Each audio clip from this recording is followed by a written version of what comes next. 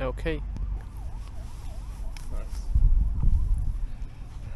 And the siren's working as well.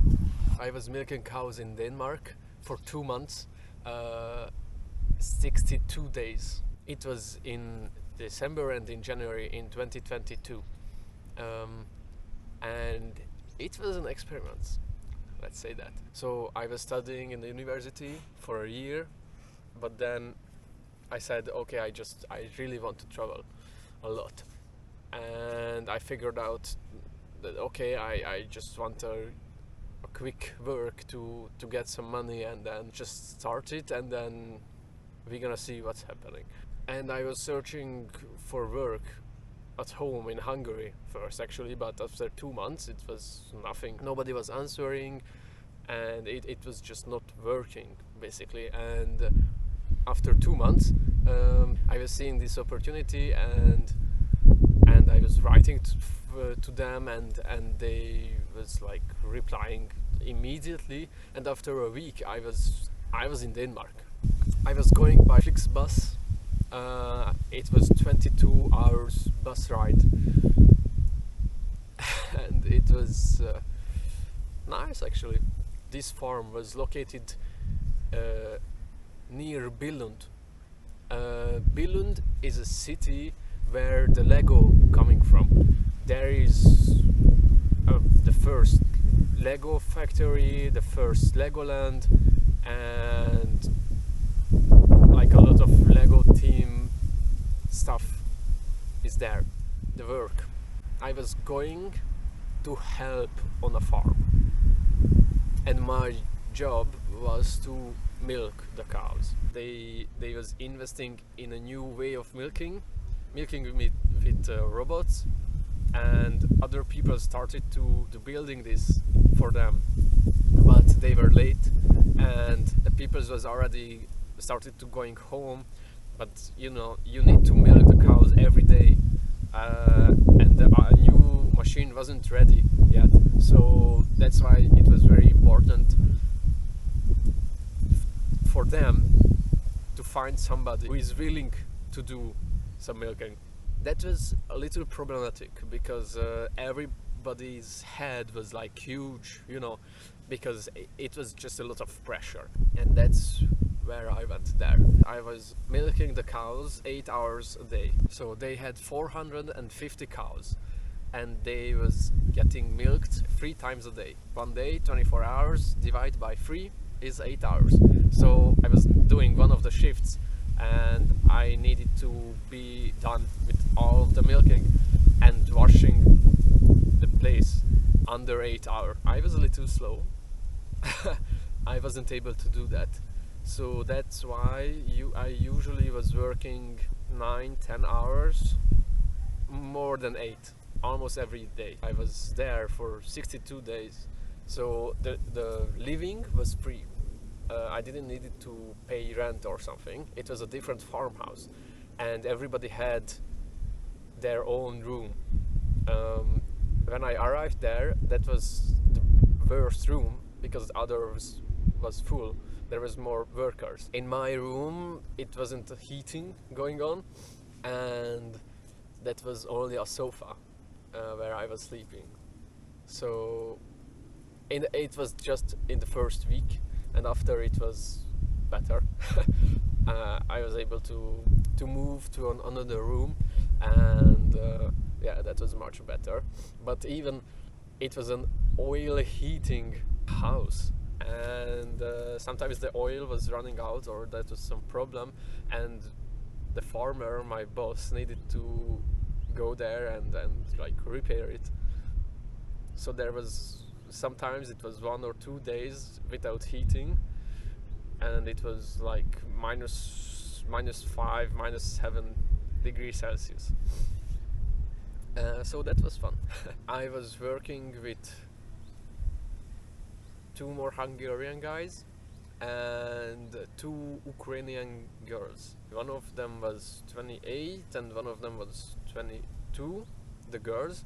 And the 22 years old, she said she is a lawyer actually in Ukraine, but she getting more money here. So she's doing this. I was waking up at 3 a.m. in the morning, eating breakfast, always eating cereal, oatmeal, milk, like, cereal or muesli. I needed to walk 15 minutes. It was still dark.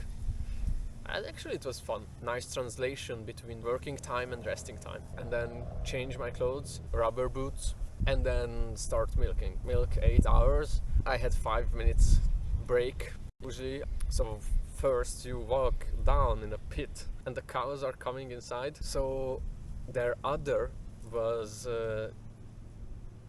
in my shoulder level. There was this device which was full of soap, and I needed to put them on their tits and then cleaning them with a piece of cloth.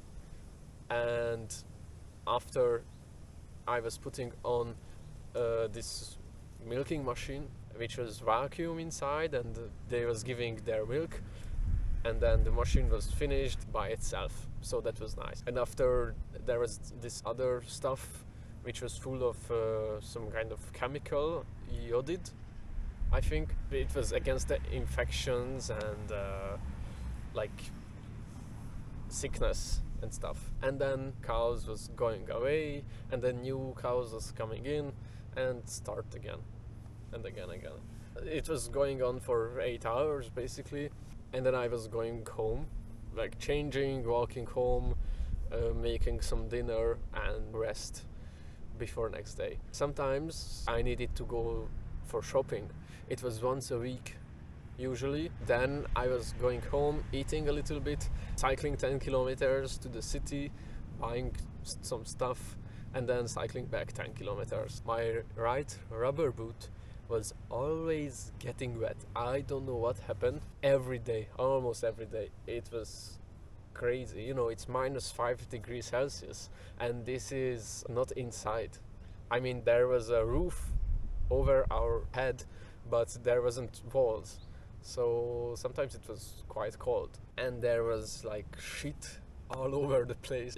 If their udder is in your shoulder level, their butthole is over here somewhere.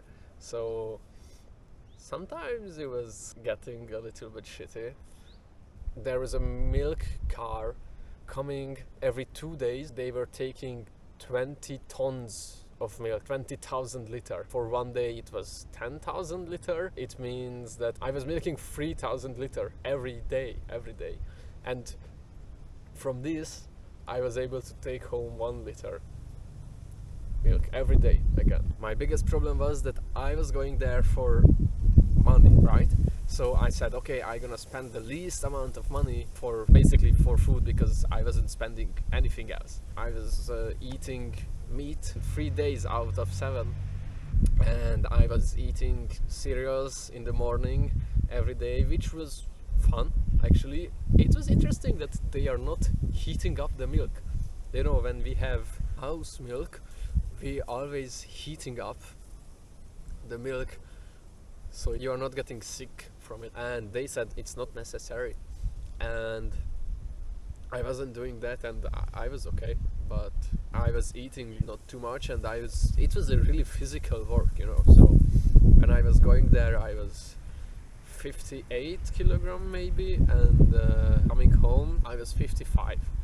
So 3 kilogram under 2 months, it's quite much, I would say. There are some stories what I want to tell you.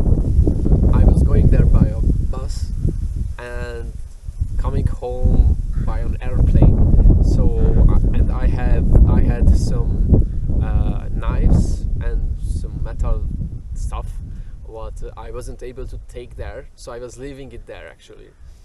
And 1 year later, I was coming home from Norway, and I was hitchhiking there, and I was asking my boss that, hey, can I just go for my stuff and just take it? And he said, of course.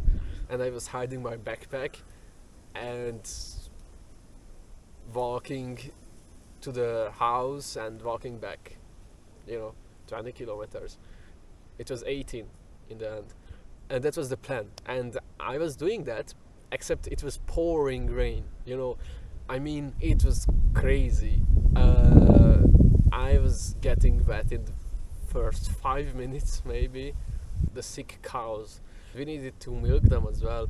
They had some special treatment, and there was one cow which one had something going on with her udder. Basically half of her udder was missing. My boss said it's not gonna get milked. She needs to stay in this sick box so she's not, walking too much, and she can rest. We tried to keep her inside, but she just really wanted to go for milking, and it was quite interesting. At first I said, okay, so stupid, what the hell is she doing, why? Maybe that was the case, probably, she just wasn't wanted to stay alone. She wanted to go with others. She was doing this for years, maybe 3 times every day. It's just that's what we do. And probably this happened, or this is the case. But I was thinking, what if I imagine people's here? Maybe this cow is the biggest believer, or she has a huge faith. There is a little story, when the whole village is praying for rain, but there is only one small child who is actually taking an umbrella. Maybe she just wants to get well. It's probably not true, but worth to play with the thoughts sometimes. And there was another cow. She was, oh my god, she was giving 50-60 liters milk per shift, basically. I remember the record was 65-68 liters, once when I was working there. But let's say she just giving 50 per shift, and then it's 150 liter per day. Crazy. That was a really old machine. It was 30. There are some stories what I want to tell you. And it had a soul, man. I mean, sometimes it's just stopped working, and you needed to do a little thing and to work again. Sometimes it wasn't enough. Sometimes you needed to kick. Sometimes I don't know. I like a lot of different stuff. It was crazy. And Christmas Eve was really nice. The girls from Ukraine, they was making a dinner for us, and we was there and celebrating Christmas together. It was interesting to see that everybody wanted to take their traditions from home to there, and it was a really a weird thing to. There was a lot of going on, everybody wanted a little different, but yeah, it was fun. I was getting in this survival mode quite soon from home. I know I was quite smelly over there. I was washing my clothes usually every third day, but only with water. It was a washing machine, but I was using only water, and actually I'm a little bit back home on the airplane. There was a guy sitting next to me in a suit, and I was feeling that he's not okay. He's not okay with that. I mean, he was getting a reality check, so at least. So I'm not ashamed of that. It was quite funny, I think, but still. What is the result of this? What I was gaining, what I was earning, except money. Okay, let's talk about money first then. I was getting 10 euro per hour, 8 euro after taxes. It is nice money, but I had some work later when I was doing half of the job and I was getting more money. So yeah, that was interesting as well.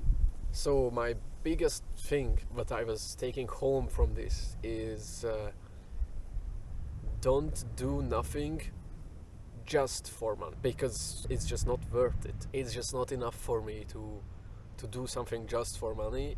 I need to have something else, and if I get a good money for it, then that's an extra. But yeah, just for money, it's not working. And it was a really hard work, right? And it was my first working place, actually. I am happy for that. Imagine if I have like this other work where I was doing half of the work and getting more money than this. And if this is my first work and the second one is the cows, then I just falling apart. Probably I wouldn't be able to hold it together. But because of this was my first job, because I didn't know what's going on the work market, I was able to do that, and I have a useful experience. I know that I am able to do this. Do I want to? No, not really. but if it's needed, then I'm gonna be able to do that. I don't really like Danish people. They look like a little, their nose is up, you know. My bosses was quite right, but they never said thank you for the work. And once it was like 4 a.m. or 5 a.m. It was still dark, and this is a family business, right? So the wife, she needed to climb a ladder, and everything was frozen, so she asked me to hold the ladder, and I was doing that, of course. And then she said thank you 3 times, and I was so surprised. It was in the last week or last 2 weeks, somewhere there. I was so surprised because, you know, my job is not milking the cows. My job is do what you say, and you said milk the cows, and I'm milking the cows. But when you say hold the ladder, it's the same job, right? I mean, I'm doing what you ask from me. So why do you say thank you for holding a ladder for 10 minutes, and why do you don't say thank you milking your cows for 2 months? I don't know. It was just, again, different people's different ideas. I mean, it was clearly natural for them, or like, of course he gonna milk the cows, but it wasn't natural that I gonna hold the ladder. There is one more thing, and I forgot again. I was writing, it's not over. Even this work wasn't my favorite. I'm planning to go on farms and work on farms later as well. Okay, I'm sure I missed something, but that's it for now.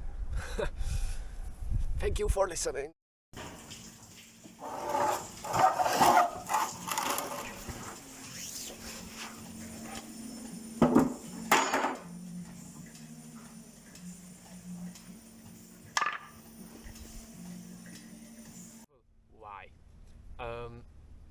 Why I was doing this? I was in the university. Shut up!